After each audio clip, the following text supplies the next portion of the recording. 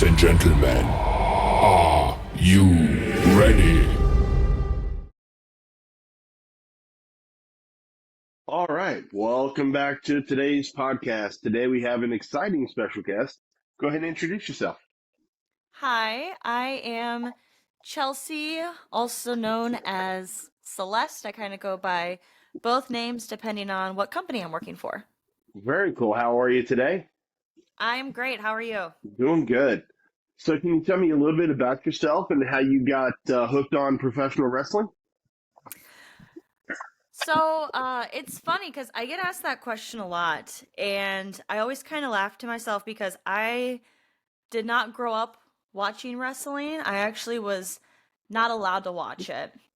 So, I grew up during the Attitude Era, so wrestling was always kind of my I don't know if guilty pleasure is the right word, but like I would sneak and watch it because I wasn't allowed. And I was always intrigued by it. And as I got older, and would watch it more here and there. I used to be I've always been an athlete, but I used to be a competitive cheerleader, where you would like throw people up in the air, flip around, stuff like that. And then I started boxing, and I really enjoyed the fighting aspect of boxing. So I was trying to think of like a way that I could combine the glitz, the glam that I loved from the competitive cheerleading, and then like the fighting of boxing. And I was like, professional wrestling. It was always been like something that I was like, oh, I'm bad. I'm gonna sneak and watch wrestling at my cousin's house. And now as I'm like older, I'm like, you know what? I'm gonna actually do this. And here we are. Yeah, and I was in the same boat as you. Wrestling in the household was when I was younger. It was one of those things that you didn't watch, especially early stages of the Attitude Era. Mm-hmm. Oh yeah, especially with, the whole suck it movement and the I couldn't even watch the girls because as soon as, any type of women's matches would come on, it would get turned off for being too inappropriate. So, Yeah, exactly. But it was one of the best times in wrestling, and I'm biased because, like you, that's what I grew up on. yeah, right. And like when I would sneak and watch it at my cousin's house, I was just like, wow, I'm like, this is so cool. Like, and it's kind of like, you know what? I kind of I want to be like that. Like I want to do that. And since it wasn't allowed and it was kind of like this forbidden fruit thing, it was something that was never really I never really even considered it an option until way later on in life for me. I wish I would have been able to get into it a lot earlier, but better late than never. That's right. Yeah, and I think that people who jump into things like wrestling and contact sports in general, it takes a lot of dedication. It takes a lot of time to learn the craft. Mm-hmm. And I will say, I think that is something that I'm still working on, especially because, when I did grow up watching it, I was really only watching it here and there. And now as an adult, I go back and I rewatch the old stuff, the new stuff, everything in between, but I haven't been watching the craft for 20 years like a lot of people have.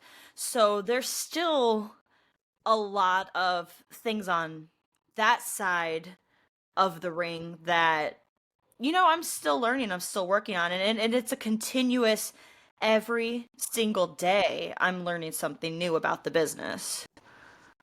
Yeah, and in my humble opinion, I believe that no matter what you do, if you're not learning, it's time to move on. That's true. And I feel like wrestling is one of those things that are we really ever going to stop learning about it? Like you can't really ever fully know everything. You can know the history, you can know the moves, but it's constantly evolving, it's constantly changing. So even if you think you've learned all there is, there's something new that's going to come and something new to learn about it. Exactly. So, as far as training goes, how did that go for you, and what was it like to take your first bump? It was terrible. It was terrible. Actually, I kind of cheated in a way. I signed up for training to go train with Dr. Tom Pritchard in Tennessee with JPWA. I had to go through this whole application process, make videos, fill out applications, send all the stuff in to hopefully get accepted. And after I did, it was one of those things that's like, okay, next month I'm moving down there to start my training. So I was taking my boxing classes while I was preparing for that, just trying to get into as good of a physical shape as possible. And we have this big boxing ring. Well, I was like, you know what? I'm going to take a bump right here in the boxing ring because I had been, watching videos on how they do it, and I already had an idea of the body, um, like shape and form. Form is the word I'm looking for. The body form that you have to have for it. So I got in the boxing ring and I did it, and that was the biggest mistake ever because I didn't realize at the time how different boxing rings are from wrestling rings. But the way my boxing ring was set up is it was just plywood. And wrestling rings are not a 2x4, I don't know sizes, but the pieces of wood, they're like this. But the wood that is used in a wrestling ring is different than the wood used in a boxing ring. And there's no give in boxing rings at all. So it was pretty much like me just slamming on the hard ground. And I stood up and I was like, "Oh, am I sure I want to do this?" But then when I went to training and I took my first bump, it was a little different because, like I said, the wood is different. So when you hit the wood there, it moves like the way the metal sits or the wood sits on the metal. There's like a little bit of a gap, so when you hit it, it absorbs it a little bit. And everyone's like, "Oh, there's trampolines under the rings." That's not true at all. There's just a little bit of space in between the wood and the metal, so when you hit it, the wood moves and absorbs some of the hit. That's the movement that you're seeing. So when I took a bump in a wrestling ring, it was a lot better. It still hurt. It still was rough, but it was a lot better than going almost to like what felt like straight floor. Yeah, exactly. I can only imagine what that was like. Um, so when doing character development, and I've heard people say that it's a tad bit different than for some people, but how was that process for you? And do you think that the character that you are now is kind of you just turned up? Yes and no. I feel like my character development is constantly going. The problem with me is that my brain goes in like 50 different directions at one time. And I go, "Oh, this is a good idea. This is a good idea. This is a good idea." And then I want to do all those ideas and it's too much. I got to reel myself in, calm myself down a little bit because I get excited. I get a little overzealous and want to jump the gun sometimes. But the Celeste character, I really worked on her for a while. And it's kind of my tribute to how much I love like outer space. Before I got into wrestling, I was studying like environmental science, astronomy, stuff like that. So I really have loved like the moon, the stars, and she was kind of like the moon queen. So I guess the aspect of my life that loves that, yes, it is turned up and brought to the forefront and really was kind of just um made into like this space celestial type of character. That was where the name Celeste came from. That's very cool, and I know with character development, it can be difficult sometimes to come up with something that you can get behind and help it grow. Mhm. Yes, and there's roadblocks too. It's like in your head something looks good, something sounds good, and then you go out in the ring and you do it and I'm like, it wasn't exactly how I thought it would look or how I thought it would go. I don't like this as much as I thought I would, and that was kind of those are kind of roadblock moments because then you're like, I got to go back and rethink how I want to do this, you know?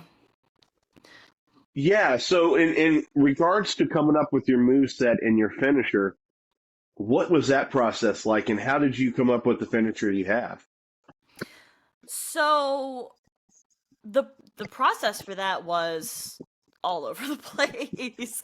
It's one of those things where it goes back to, you know, I'm still finding who I am as a wrestler, the style that I want to really hone in on.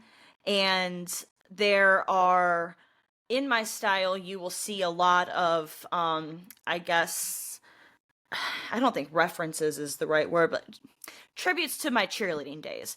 I tumble a lot in the ring. I like to kind of kick my legs around and um, use the ropes, things like that.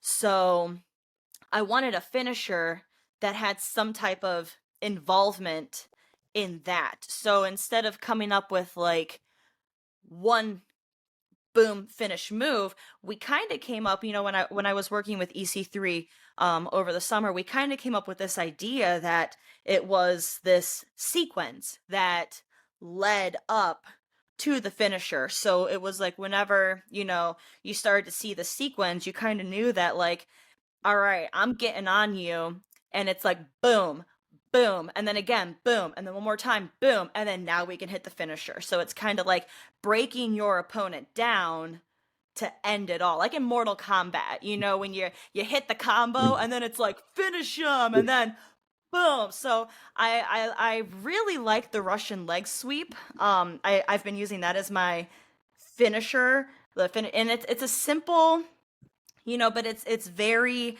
um it, it's showy in a simple way because I love, you know, grabbing them, pulling them, you're in control, and then you just go down, and then now we're flying back and you're done. Like you're on the ground, I've tripped you, you land on your back, you get the air knocked out, and as you're trying to recover from getting the air knocked out, you're already pinned. You know what I mean? And then the sequence leading up to it involves handsprings and a snapmare and a couple other moves. So it's pretty fun how we came up with it. So I have to ask, what was it like training with Dr. Tom and EC3? Two completely different experiences. Both are amazing in their own ways. Dr. Tom, first of all, I love that man. I have told him before, I'm like, I think of you like family, um, like, like, I don't know. I don't want to say not grandpa, but maybe like an uncle, you know, he really helped shape and grow me and just set my entire career out for, you know, to lead up to where I'm at now. I would not be where I'm at right now if it wasn't for Dr. Tom. You know, he helped me get into the NWA. He helped me find wrestlers to look after. So like, you know, he's trained with everybody. Dr. Tom knows everybody. And like I said, I grew up in the Attitude Era. I had never really watched wrestling much before that. So he's sitting me down, and I will always remember he pulls me over, like they're doing like free time in the ring, and he pulls me over for like this one-on-one moment, and we sit down, and he looks at me and he's like, "You remind me of Sensational Sherry." And he pulls up this match between her and Medusa from like the 70s. And he's like, watch this match because this, you know, you could be doing stuff like this, you could be working like this, and then taking her personality, you know, using influences of that can really like help take you somewhere, like take you off. Like, you know, I was brand new to the business. I was trying to figure out who I was, what I was. And after I started studying matches from Sherry, I was just like, Wow, he's right. He's right. So you'll see some of the NWA appearances I do. My makeup is kind of crazy, and it's influences from Sensational Sherry, and a couple of the moves that I've seen from the matches I've been practicing. That I would, probably I'm going to start using soon once I feel more confident with them. And then training with EC3, it was completely different because Dr. Tom has this old school feel, this basics, really, he preaches, if you can get the basics of wrestling, you can do a match. And then working with someone who is a little newer school, you learn a different style, you train a little harder, we're conditioning harder. And now don't get me wrong, Dr. Tom conditioned us so much that there was like guys in our classes that were like they were losing it. But training with EC3 was just different. Like we were throwing guys over our shoulders. This summer, I threw a man over my shoulders and ran up a hill with him. Like just training harder and more intense and really breaking down how to work different levels of matches, like levels of intensity, I guess is um, you know, learning how to read the crowd as you're in the match, learning how to really just be a good worker overall. So I guess Dr. Tom was like the good starting foundation. And then working with EC3, we really got into like the nitpicking of it. And I loved both experiences. Yeah, and I can only imagine what it was like working with both because you see some of the documentaries that they've done with Dr. Tom, and whether it be like for the SCW thing that they did, he just seems like an incredibly nice guy. But he also, when you're there, and if you're putting in the work, he wants to help you along the way. And then Mm-hmm. with EC3, I mean, he's been around for a long time, and he's very charismatic, you know. Yeah. Oh, yeah, he is. And I joked that towards the end of the summer, some of his personality was rubbing off on me. I was like, I gotta, it's, you're with these people like, 3, 4 times a week. Just it's almost all the time, and then you're working shows on the weekends. So you're around them a lot. But yeah, yeah, and they're both really great. I really enjoy working with both of them. So as far as getting into the NWA, because I know the NWA has been around for a very long time, but what is it like to go to work for such a what I would consider a legendary promotion? It's amazing. Um, Again, the history that's there, especially when I hear some of the veterans that are around talk about the titles, who had the titles, and like for a great example, my friend Mims, currently the NWA World Television Champion. Him and I were having a conversation one night, and he's just telling me about all these different like big names, people who have been through the NWA throughout the years and have held titles there. And he's like, and now I'm part of that list. And it's like crazy. And I'm like, you know what? I want to be part of that list too, where it's like part of just these legends that go back 70 years. And it's cool because you never know who's going to show up there either. Um, Working with the NWA is great because I can walk up to Ricky Morton and hug him. Hi, Ricky, how are you today? And he's like, hi, sweetie. Love him, by the way. You get to work with legends like Austin Idol. I mentioned I've worked with Medusa. Dr. Tom works there. And then again, with the new school thing, though, we have like Violent J from ICP shows up at NWA 75. And it's just like, it's crazy. You never know who's going to show up there. And that's one of the things that I love about it. Yeah, and I love the rich history that goes along with it. It's like going back to watching stuff about Crockett, and even the early days in WWF at the time, so to speak.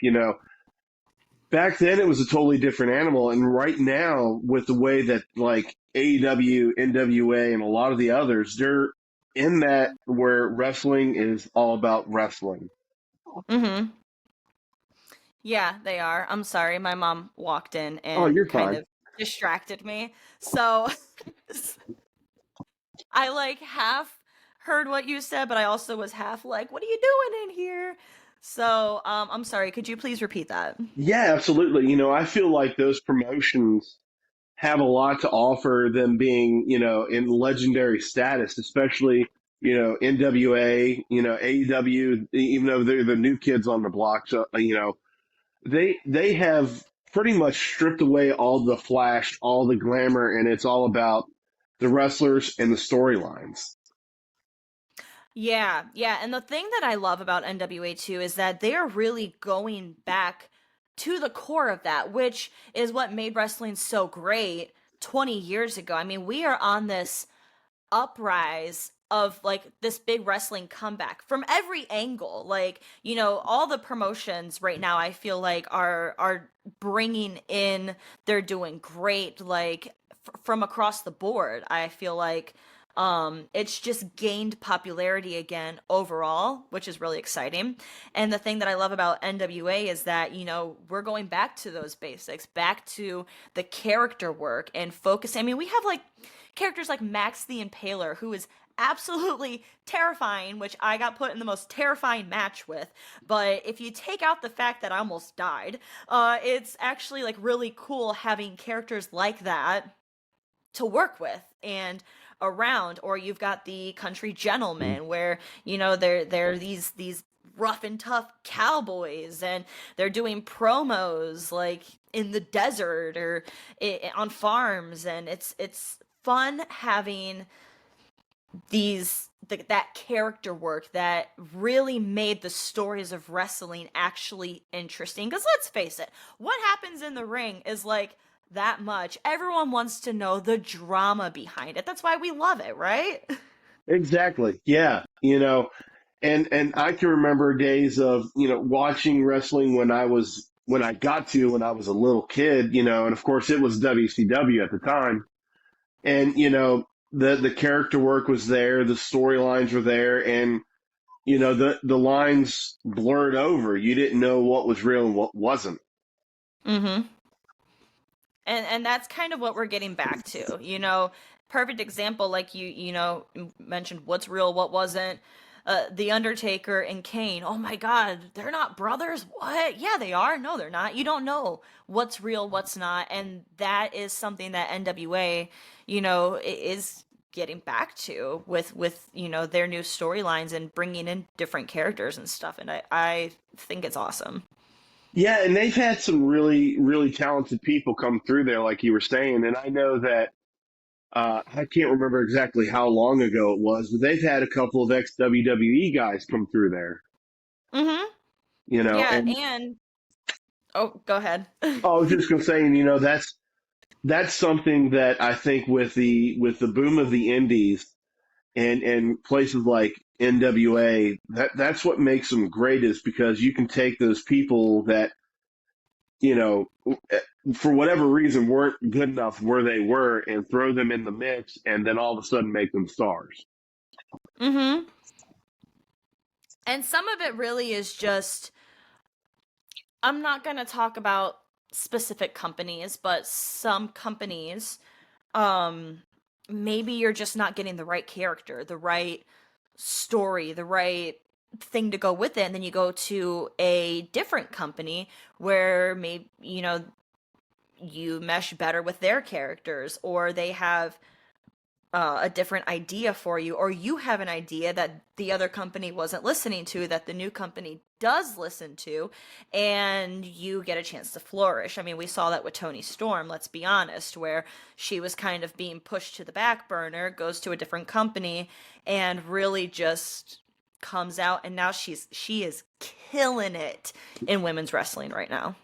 Yeah, and I saw people like, and I can't remember what his character was in WWE, but when he was in WA, it was Tyrus. And for a big guy, man, he can move. He's Mm-hmm. impressive. Mm-hmm. And It really was an honor to be there the night that he retired and at NWA 75. And then when, he passed the belt on to EC3, and then EC3 brought that that actual belt out. They ended up ordering a second belt.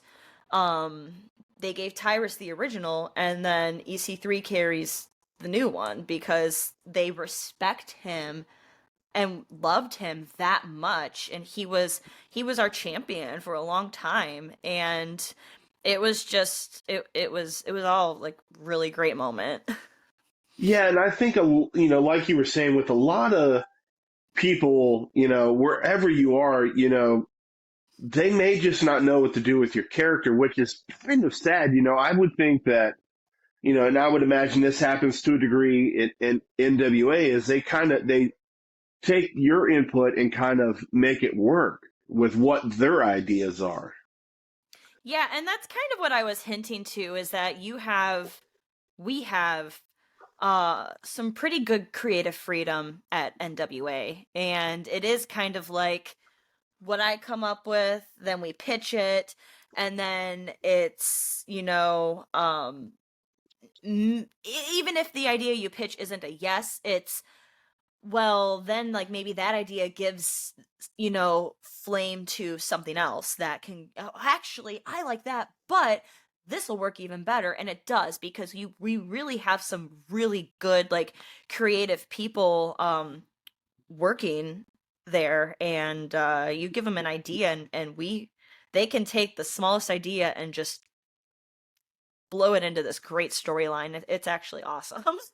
Yeah, and that's what I love about it, is when you get hooked on the story, the only one that I can think of to date that I remember that has been, a forefront would be like the storyline that the Bloodline is doing in WWE. I mean, God, that's been going on for almost what, 3 years? A really long time. Yeah. Yeah, and when you catch somebody like that, you just keep going until you just wear it out. And I think that if more companies did that, of course you can't do it with everyone, but if you do it with your top Mhm. stars, I mean, why not? It creates buzz. It creates a lot of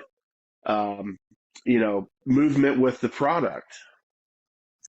And especially if you do have a family that's all working together, like, why would you not capitalize on that? And again, that goes, we do have something similar to that in NWA right now. Like, I've already brought them up. I keep bringing them up because I trained with them in Tennessee, the Country Gentlemen. But you've got, it's the Kazana family. It's AJ Kazana. His brother Kirk just joined. You got Papa Joe Kazana, who also already has NWA history. Their cousin was part of it, and then he got outed, and now he's like coming back to get his, I don't know if it's revenge, but they're clashing pretty much, and it's a really good story with that involves the whole family. And I think that the reason people can get behind stuff like that is it's real life stuff. It happens to people every day, Mm-hmm. That's true.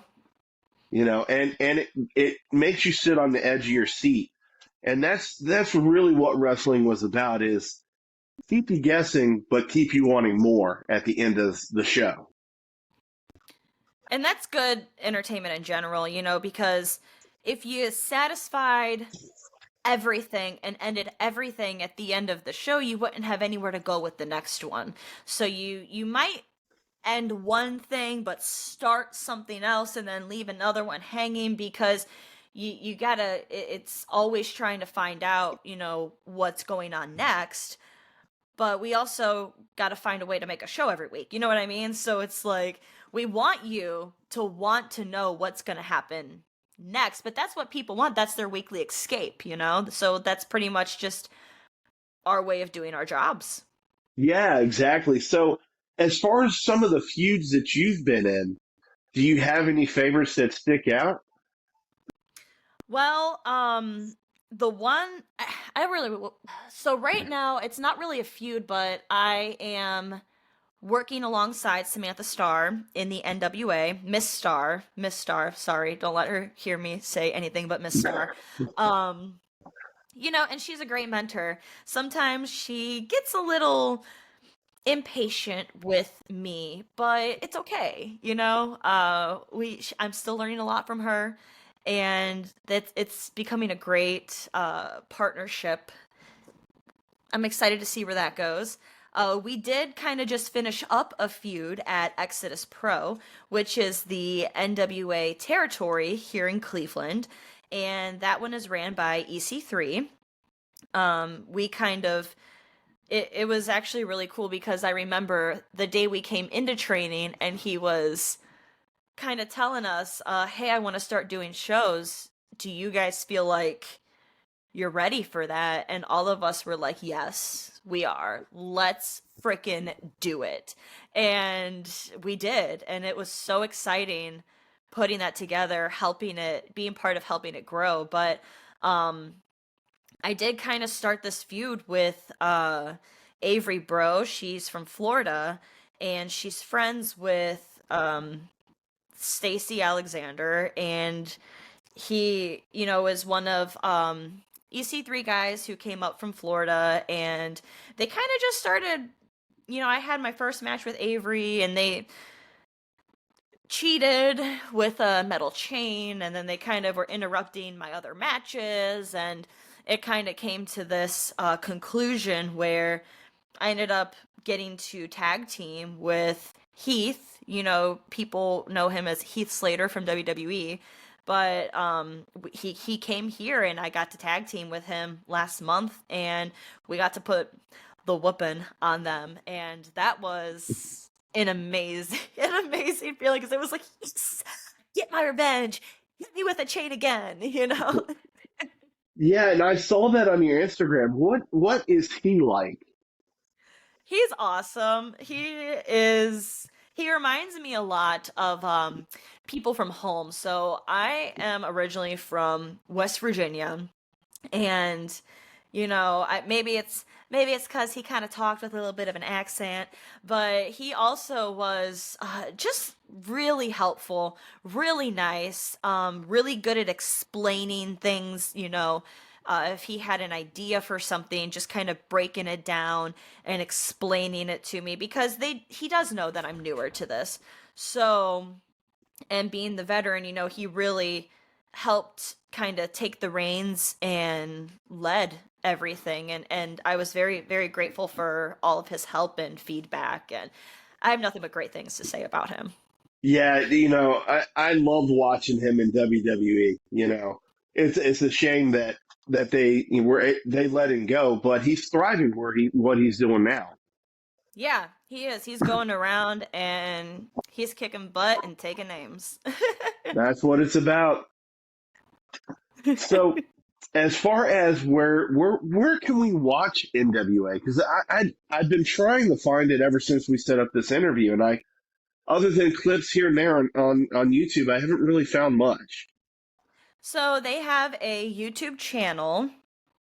You can subscribe to the YouTube channel, watch it weekly. There is going to be tomorrow night airing with me and Miss Star as she goes against her Kenzie Page for the NWA World's Women Championship.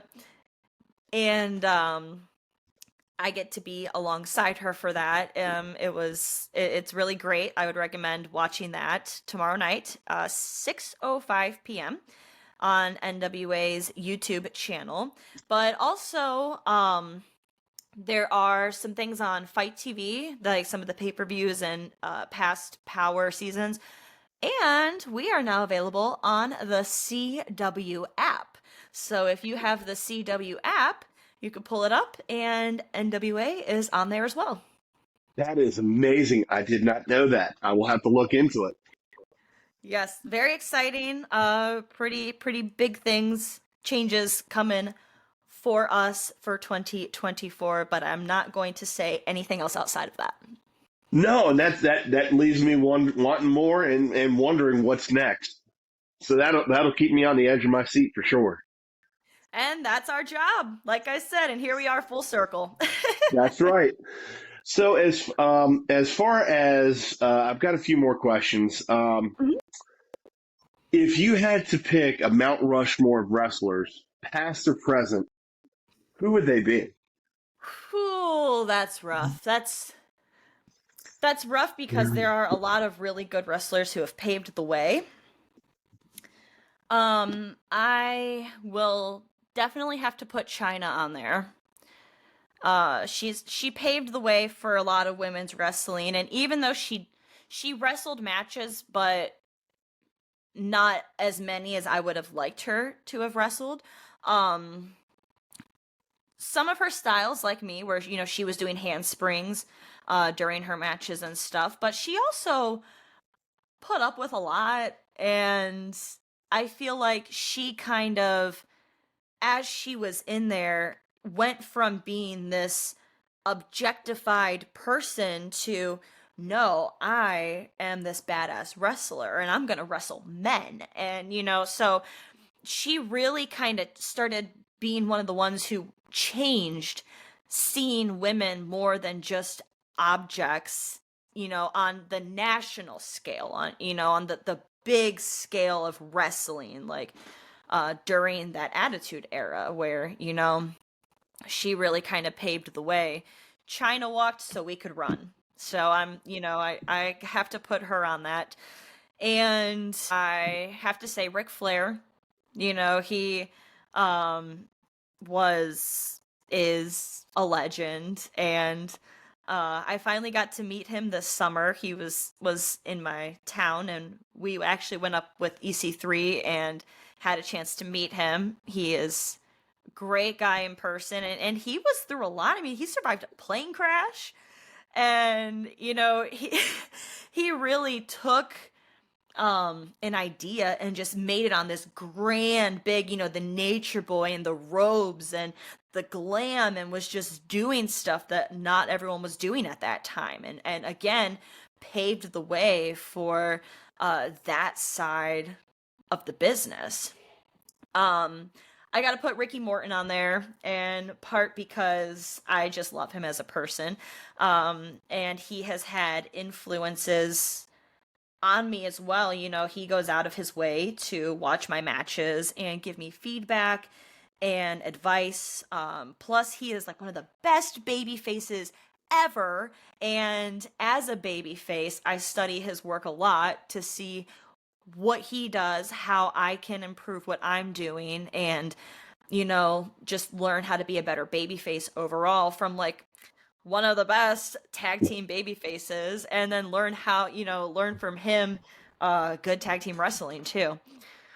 Um Last one. That's always the It's hard toughest. I know, and it's hard to not sound cliche when we're picking some of these wrestlers. Um but I am gonna have to go. See, it's hard because like I'm going back and forth between Stratus and Lita. Like they're both amazing in different ways, and again, they both. Can I just put 5 people on my Mount Rushmore? Like, Sure.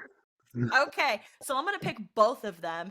Again, for similar reasons, is that during that time frame, they both just came out. Lita was this badass woman, and she was not afraid to do flips off the top rope to take you down.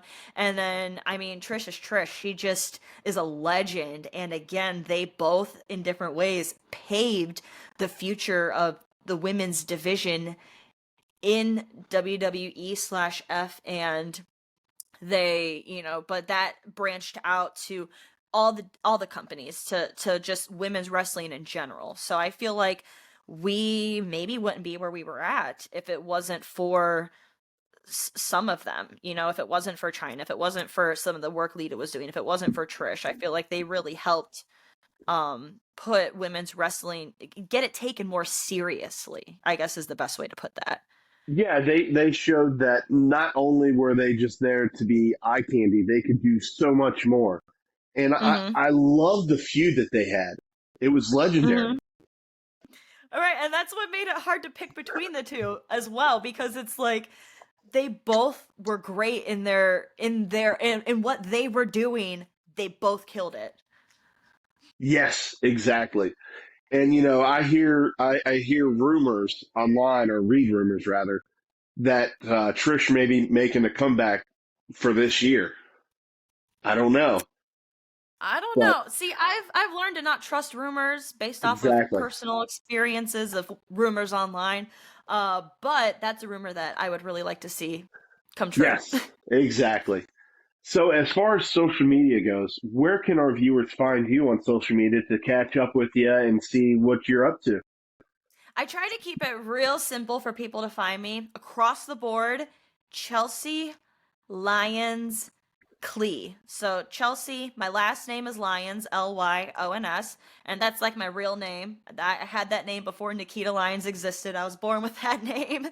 And Klee, because I live in Cleveland, CLE. So Chelsea Lyons with a Lyons, Klee. Excellent. Well, listen, I appreciate you taking time out of your schedule to chat with me. It's been a lot of fun learning about you and your journey. And it sounds like you're on the right path, and that there's great things for you to come. Thank you. Thank you for taking time to talk to me as well. And we'll see what this year brings. I'm pretty excited for the future. Definitely, and I'd love to have you back on towards the end of the year to see how things ended up. I think that's a great idea. Kind of like we talked here, and now towards the end of the year, let's see where we're at. Exactly. You never know. You might be a champion. Hopefully. You never know. That's right. Down, down.